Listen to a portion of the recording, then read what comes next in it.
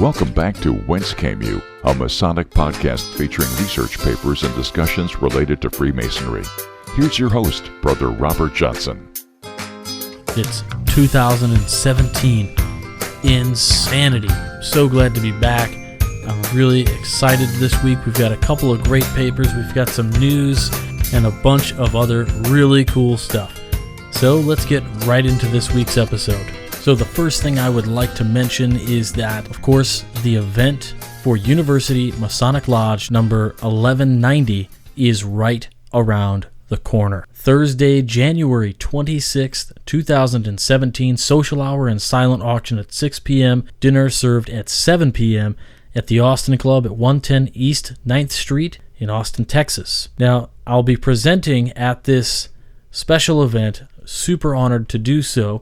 I will be speaking on the Word, Myth, Legend, and Science at the 8th Annual Festive Board. The proceeds benefit the Austin Children's Shelter, UT Elementary School, Anthropos Arts, and other local children's charities through the University Masonic Charitable Foundation. Of course, everything is tax deductible as far as your contributions go, and for more information, you can email foundation@uml1190.org, or please just head on over to universitylodge.org. And that's where you can buy tickets. It is going to be a fantastic event. I'm really looking forward to it. And of course, there's corporate level sponsorship opportunities as well. Remember, all of this goes back into charity, and we're going to have a great presentation that night. The synopsis is essentially that throughout history, man has searched for the truth. Ancient religions, cults, and societies are obsessed with the idea of the Word, the Tetragrammaton, the true name of God, and the search has spawned numerous philosophical and theosophical ideologies.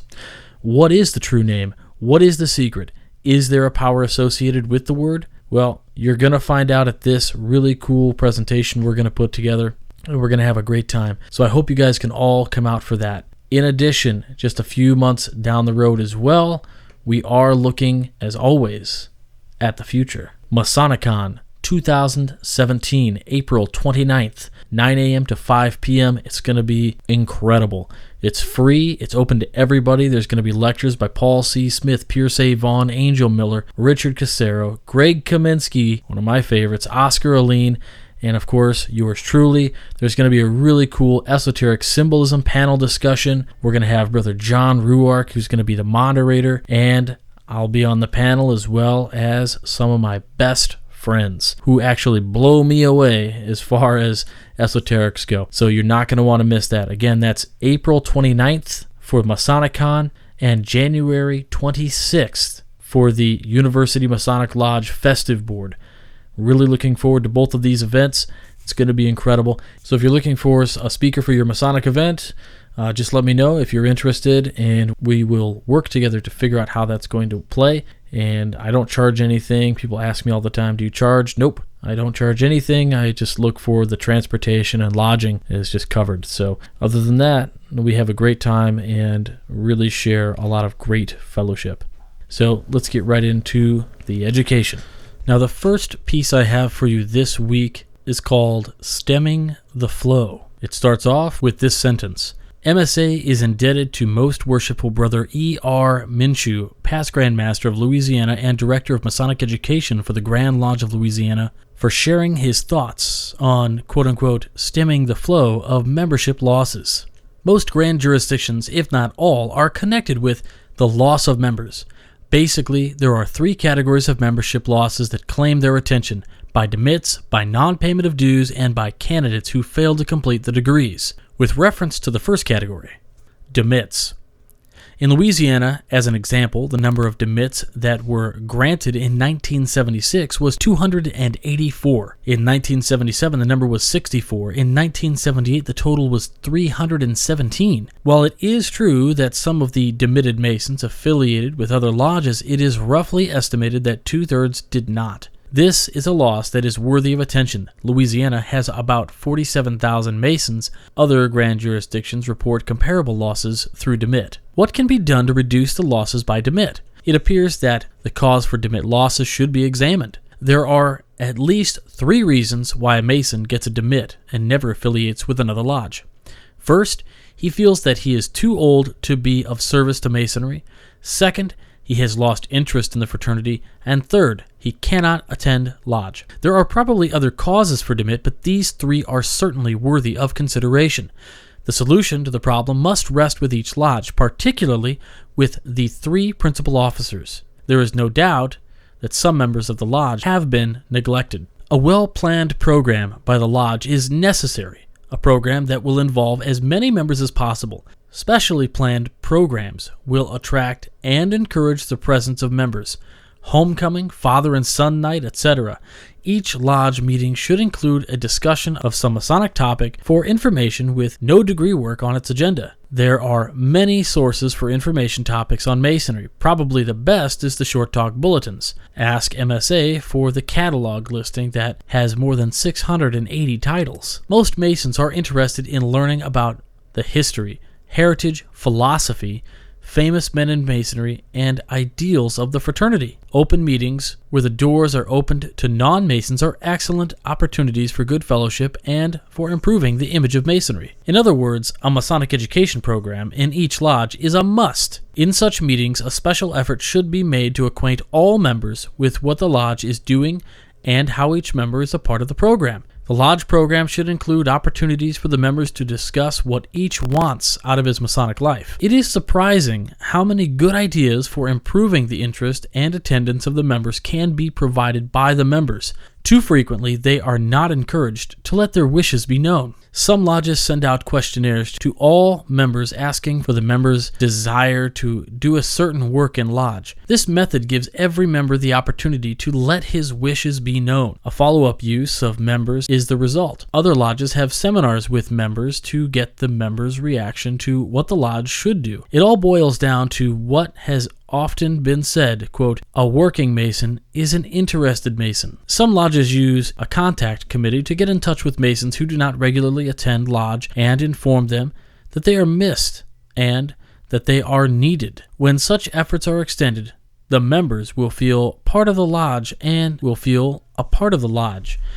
many even become regular in attendance. Members who are unable to attend lodge meetings should be visited by the contact committee as often as possible and by the principal officers. Telephone calls can be used by the committee to prevent disabled brethren from feeling a sense of neglect and to assure the aged and infirm that they are still a part of the fraternity of free and accepted Masons. On special occasions, such as when honoring the members with long years of service to the craft, the committee should arrange transportation for the disabled. The second category of membership losses is through suspension for non-payment of dues. Some grand jurisdictions report as many as 500 to 800 per year. Of the total number that are suspended, about 50% request reinstatement. Again, a sufficient loss to cause concern. There are sundry reasons for failure of Masons to pay their annual dues.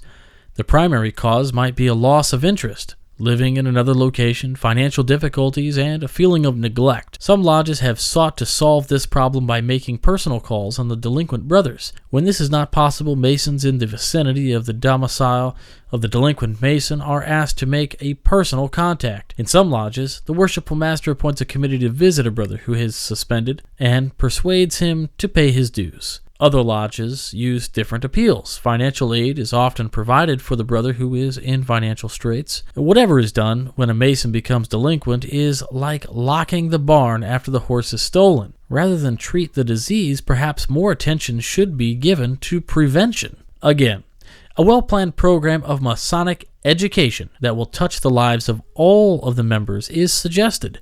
Several grand jurisdictions are making such improvement in Grand Lodge-oriented and sponsored educational programs that are directed toward improving attendance at lodge meetings and have a better informed membership on Masonry. There remains much to be done. Perhaps too much money is being spent on administration and other acute needs of Masons and Masonry. There should be some kind of an annual program in every lodge to reach as many members as possible. The third category of membership losses, and the one in which this writer is personally interested, is in the loss of candidates who take the first degree and then drop out of Masonry. This problem has been discussed with Grand Lodge officers of several grand jurisdictions, and there is a kindred anxiety and concern. For instance, in Louisiana in 1976, 1,187 candidates were initiated and only 874 were raised. In 1977, there were 1,279 who were initiated, while only 901 were raised. In 1978, the number initiated was 1,139, with 886 being raised. In 3 years, there was a total loss of 944 Masons. Most of these will probably not repetition for advanced degrees.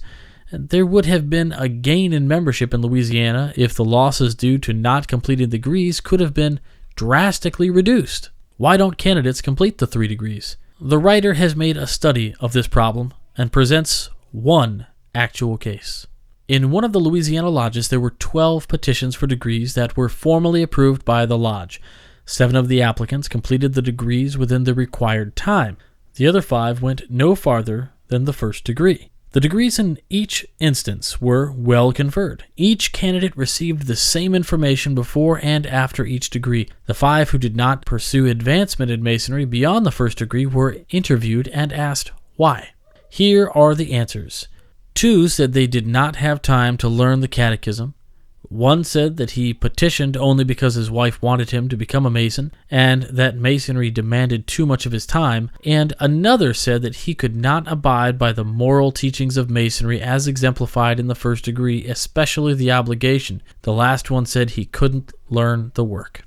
The results of the interviews were reported to the master of the lodge. He appointed a committee to visit each of the 5 candidates and to persuade him to continue his Masonic career. The committee was successful with only 1. Can you guess which one? Yes, it was the one who said he couldn't learn the catechism. He tried, did his best, was not perfect in his recitation, but he was passed and finally became a Master Mason. You will be glad to know that this brother is now one of the most used Masons in the lodge in everything except degree work. The reasons given by the 5 entered apprentice Masons in the example that has been cited are probably the most often found excuses for not completing the degrees. They might give a hint as to what is needed to be in Louisiana. The Grand Lodge is working on a statewide program to educate the applicants for Masonry through the appointment of a committee in each lodge to visit the petitioner after he has been accepted for the first degree. This is called the Lodge Program of Masonic Education. The appointed committee, this committee is not the investigating committee, visits the candidate and his wife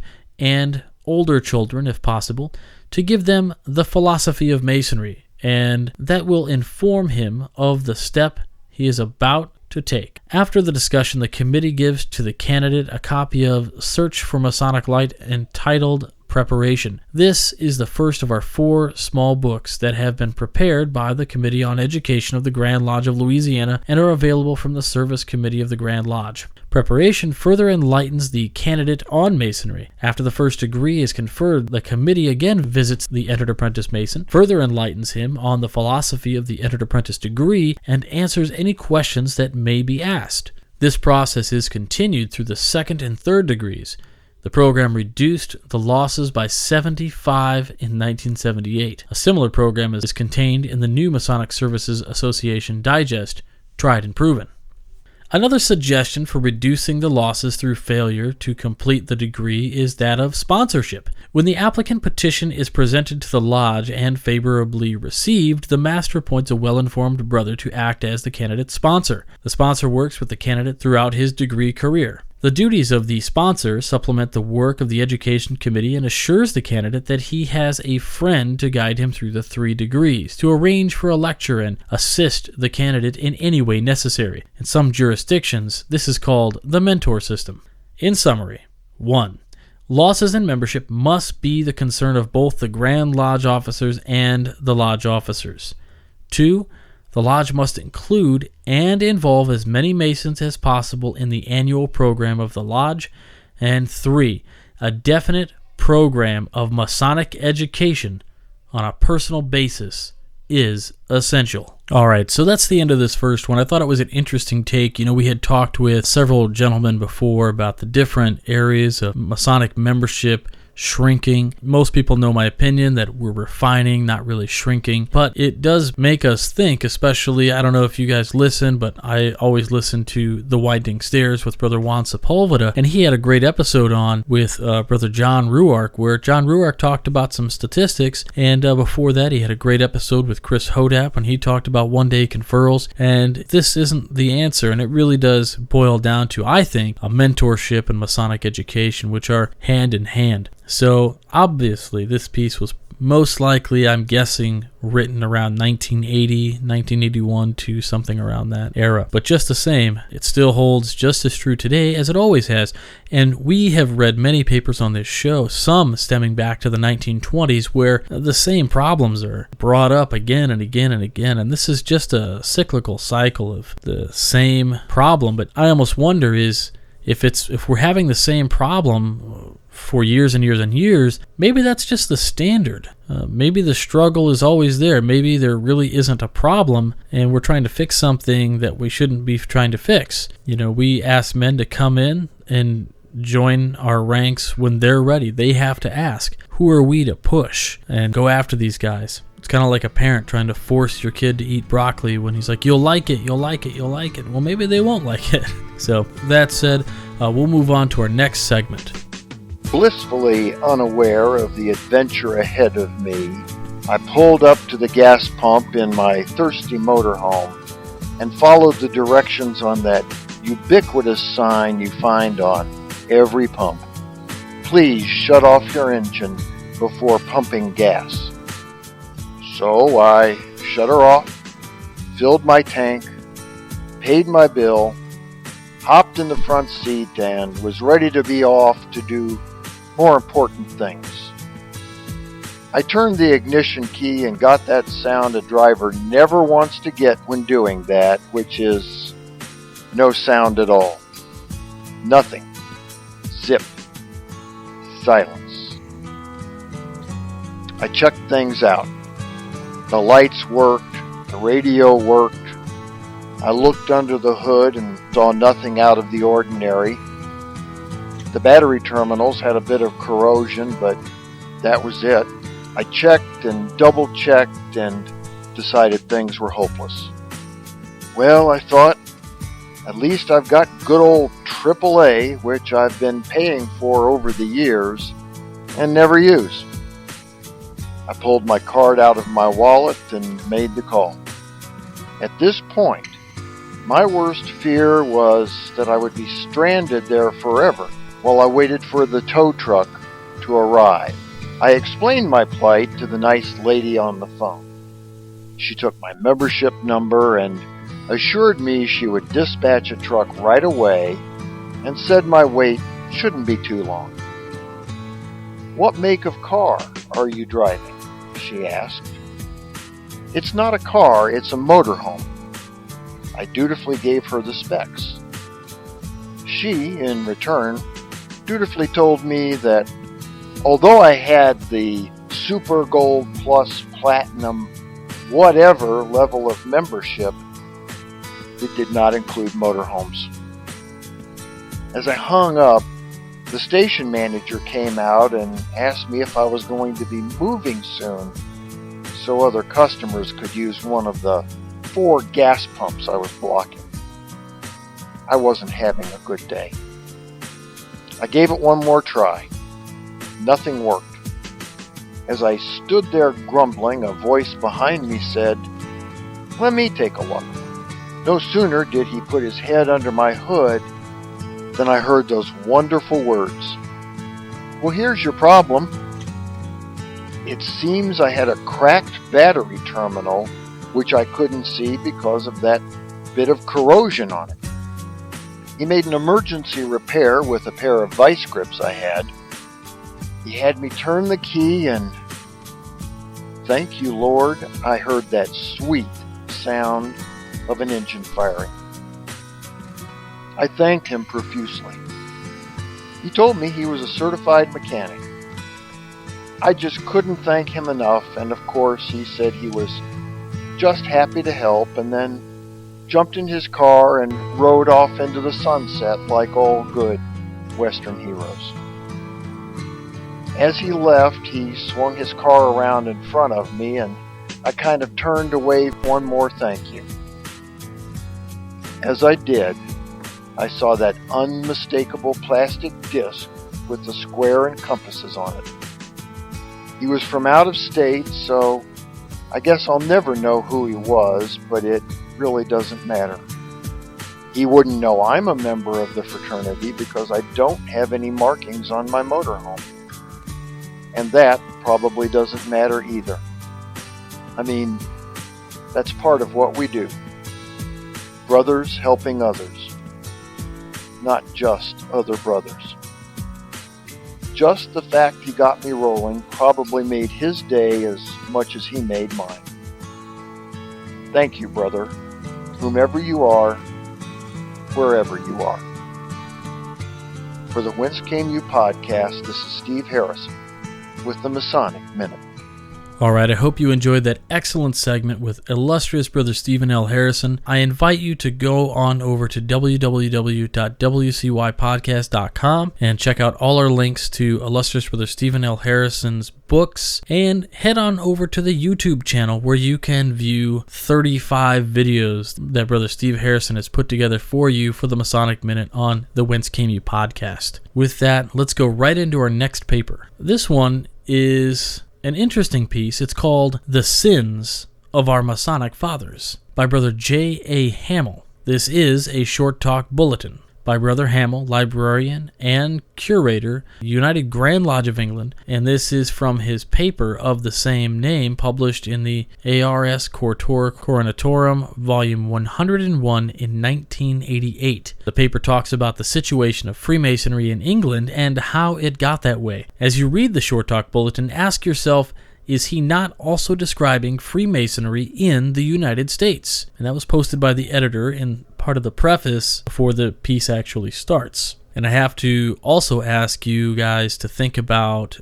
that this is talking about Masonry in 1988. I was 7 years old, and this is in England. And let's think about if this applies today. And here we go.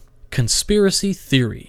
If one accepts the thesis of Brother Alec Miller, Our Separated Brethren, the Freemasons, London, 1964, Freemasonry first entered the realms of conspiracy theory with the publication of the first papal bull in 1738. Brother Miller believed that the bull was issued not only because of religious objections to Freemasonry by the papacy, but also because of fears of the supposed political aspirations of continental Freemasonry. Certainly it came to the forefront of conspiracy theory with the works of two non-Masons, the Abe Barul, Memoirs pour Severe, a History of Jacobinism, London, 1797-1798, and John Robinson, Proofs of a Conspiracy Against All the Religious and Governments of Europe, carried on in the secret meetings of Freemasons, Illuminati, and Reading Societies, Edinburgh, 1797. Both which claimed that the French Revolution had its origins and much of its support in the lodges under the then regular Grand Orient of France. So far, no problem. But one arose when over-enthusiastic Masonic writers failed to distinguish between the Masonic precepts of equality and fraternalism and the political revolutionary ideals of liberty, fraternity, and equality. Another example of confusing similarities with actual links. That some of those who were involved in the French Revolution, the American War of Independence, and the South American liberation movements of the early 19th century were Freemasons is undeniable.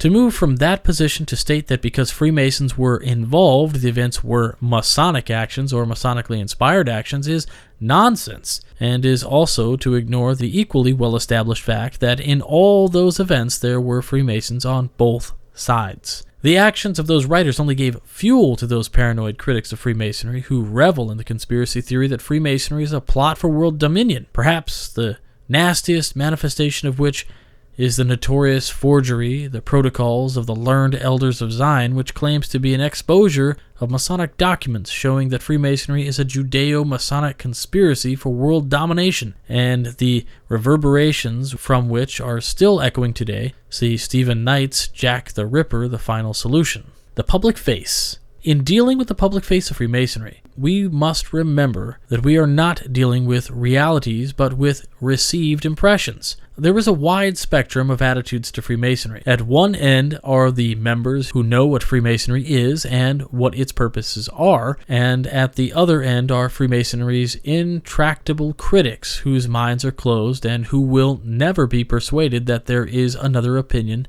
than their own, let alone that their views might be wrong. Between these two ends of the spectrum is the great mass of the non-Masonic public, some of whom, through family connections or friendships, will be favorably disposed, others of whom, from reading anti-Masonic works, will be ill-disposed, and the great majority for whom Freemasonry has no meaning or interest until the media forces the subject before their eyes.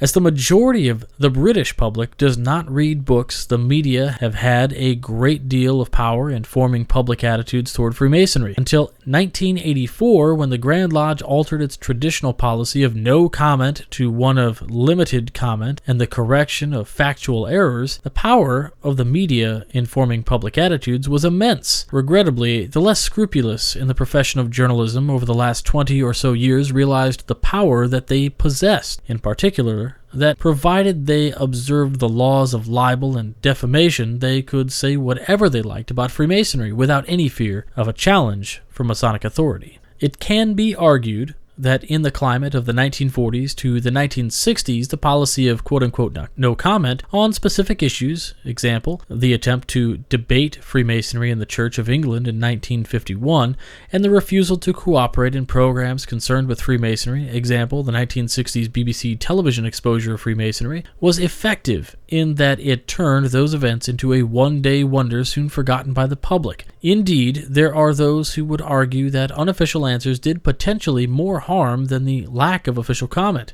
Example, the anonymous answer to Hannah's Darkness, Visible, London, 1951, Vindex's Light Invisible, London, 1952. As has already been stated, however, the official policy combined with a clampdown on general Masonic information and the lack of public Masonic presence were not helpful in that they deprived the general public of sound, authoritative general information against which to measure what they learnt from the media. In the last 2 decades, the world has radically changed. Old virtues have become challenged, and the media is leading the challenge. A polite no comment and a failure to correct a comment upon factual errors combined with a desire for privacy are now taken as evidence that allegations are true and that there is something to hide the no smoke without fire reaction. It was partly a realization that this change had taken place and partly a growing awareness that public ignorance was beginning to affect brethren in their employment that caused the Grand Lodge to reconsider its traditional policies. Despite the need for change and the effects that the change is already beginning to have, there are still those in the craft who would prefer to return to the pre-1984 position. I would argue that there is no going back, and that if the policy were reversed, it would be a certain way of diminishing the craft and beginning its gradual decline to extinction. In the modern world, any organization, no matter how noble or impartial it may be, must take notice of public attitudes towards it if it wishes to survive in any strength. The current problems. The current problems can be broken down into 3 main areas: accusations of secrecy, a misunderstanding of the relationship between Freemasonry and religion, insinuations of corruption, malpractice, etc., through the misuse of membership by Freemasons. As I hope this paper has shown, the principal reason for those problems having taken root is ignorance of the principles and practices of Freemasonry on the part of the general public. In the area of religion, there have always been individuals within the various denominations of the Christian Church who have chosen to misinterpret the rituals of Freemasonry and read into them a theology which is not and never has been present, and to confuse reverence for God and the offering of prayers with liturgical worship. Accusations of secrecy are not new in the sense that from the earliest days there has been a healthy public curiosity concerning Masonic ritual. What is relatively new is the concept of Freemasonry as a secret society, which, to the best of my knowledge, in England is very much a post-1800s idea, despite the deliberate exclusion of Freemasonry from the terms of the Unlawful Societies Act of 1799. Indeed, the suggestion that Freemasons are plotting in a secret cabal in England is very much a 20th century idea, and in any forceful way a post-World War II concept. Similarly, The suggestion of Freemasonry being a set of men totally bound to aiding each other regardless of the laws of God and man is very much of the present day and, to my mind, has only come about because of public ignorance of the facts. It seems significant that when Freemasonry was a highly visible part of English life, such suggestions did not take root. That said, we are left with the question of why. In the 1980s, Freemasonry has come under what appears to many to be concerted attacks from the number of sources. To suggest that it is all part of a plot either the political left or right is to play the conspiracy theory game. I would suggest that it is a result of an unhappy coincidence of general dissatisfaction within society, of anti-establishment views, Freemasonry being considered as a bulwark of the establishment, of a search for a whipping boy for the ills of modern society fostered by the pre-1984 policy of not answering criticism and the public's lack of knowledge of Freemasonry. Conclusion? Have the sins of our Masonic fathers been visited upon us? I think that the answer must be yes. By following a policy of intense privacy and therefore separating and obscuring the craft from the society in which it exists, Grand Lodge, acting in what was then thought to be the best interests of the craft, cleared the ground but did not tend it, and allowed the rank weeds of anti-Masonic writers to gain a firm hold in the public consciousness. In not countering criticism, it allowed the falsehoods to become rooted and uncontested facts in the minds of the general public. Grand Lodge was not alone in this, however, and much can be laid at the door of those Masonic writers who gave free rein to their imaginations and in some cases produced work diametrically opposed to the general understanding of what Freemasonry is, nor is the craft in general free from blame. Individual members, by being secretive about their membership and by refusing to discuss Freemasonry in even the most general terms with their families and friends, greatly helped to create the climate in which the critics and enemies of Freemasonry were able to persuade an ill-equipped public that Freemasonry was something to be feared and not to be trusted. It is to be hoped that by reversing its traditional policy in 1984, the Grand Lodge will be able to stem the process and gradually return us to those days when Freemasonry was an acknowledged part of everyday life and was seen as an institution for the good of society. Alright, now that's the end of that piece. Lots of crazy stuff going on in there. And by crazy, I mean drawing similar parallels to today. We all know of a lot of the weirdness going on in the UK as far as disclosing whether you're a Freemason, if you work in law, or in some stations in society. I think there was some repeal of that. And much of what I've heard about Masonry in the United Kingdom is that they don't wear it as out loud as we do here in the States. We just like to wear our suspenders with the belt buckle, with the 5 rings on both hands. One left hand has points out, right hand points in. We have a Masonic watch. We're wearing a Masonic tie. We got a hat on. We got a jacket, a Letterman jacket or whatever. I mean, we got the whole shebang over here. And it is largely not like that all over the world from what I understand. And being written in 1984, the only piece of this that makes it feel old is actually just the words of 1984, the numbers that make up that year, because largely I find that this is still the case today. There has been a huge influx in today's society of what I would call mega churches, mega religious organizations that largely teach that Masonry is evil or that there is bad things going on within it. And, I was subject to this myself when my mother-in-law decided that she couldn't come over and see her grandkids because I was a warlock, according to her church, which was just a startup church, here in Chicago. And it was a very nice church. But unfortunately, they were pushing some really bad ideas. And you have to wonder when you go somewhere where people expect to hear lessons from somebody they consider an authority, whatever that guy says or that woman says is going to be taken as truth because it comes from the same person who is spouting off other truths that person believes in. So they're going to take that. And it's just like when you have a business. If you have a great time somewhere, nobody says anything. But if you have a bad time, you tell 2 people, and they tell 2 people, and they tell 2 people, and it spreads like wildfire. And we deal with that a lot today. I have several brothers at the lodge who have had similar instances. But I think the point here is to not let this kind of thing get us down and to push forward. And as long as we get more active in the community, it will largely debase any kind of rhetoric pushed our way that calls us anything but good men. Just think, these organizations and these people can't come together and talk trash about the organization when all they see us do is make pancakes and serve people and be out there in the community, and maybe we're doing car washes or we're doing blood drives and all these kind of community awareness things. Now, am I all about fundraisers? No. But am I about community service? Absolutely. And I think as individuals and the premier fraternity in the world, we owe it to the public to take on those things, and whether we do it as a lodge or not, I think a lot of us do those things. Maybe we got the ring on when we're giving blood and somebody sees it. That's good. So think about that stuff and make sure when you're out in public, you're that awesome face of Masonry. We have to change some minds. So with that, I want to ask you to head on over to www.wcypodcast.com.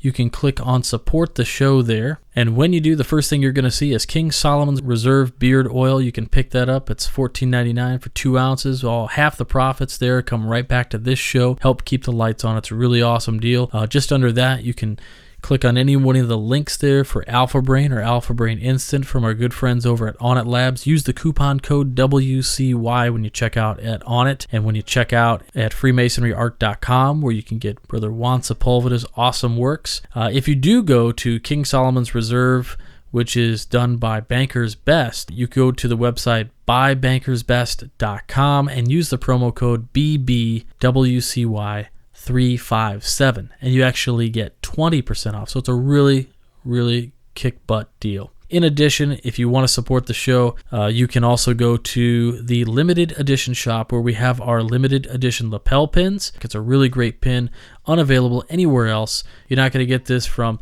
any Masonic dealer outside of Whence. It's our pin. It's what we do. It's a special pin that only we make. And we have done this through the great assistance of Edgar Alejandro of MasonicRevival.com. So please check out his website as well. In addition to the pin, we've also got some cufflink sets left, a few money clips, and some tie bars. I just want to thank you guys all for your assistance in making this show possible and continuing to be producers of high quality Masonic education. And with that, I just want to remind you all to check back at the Midnight Freemasons. That's www.midnightfreemasons.org, where you can find 3 awesome educational pieces every week: Monday, Wednesdays, and Fridays. I think I did forget a day 2 weeks ago. Sorry about that.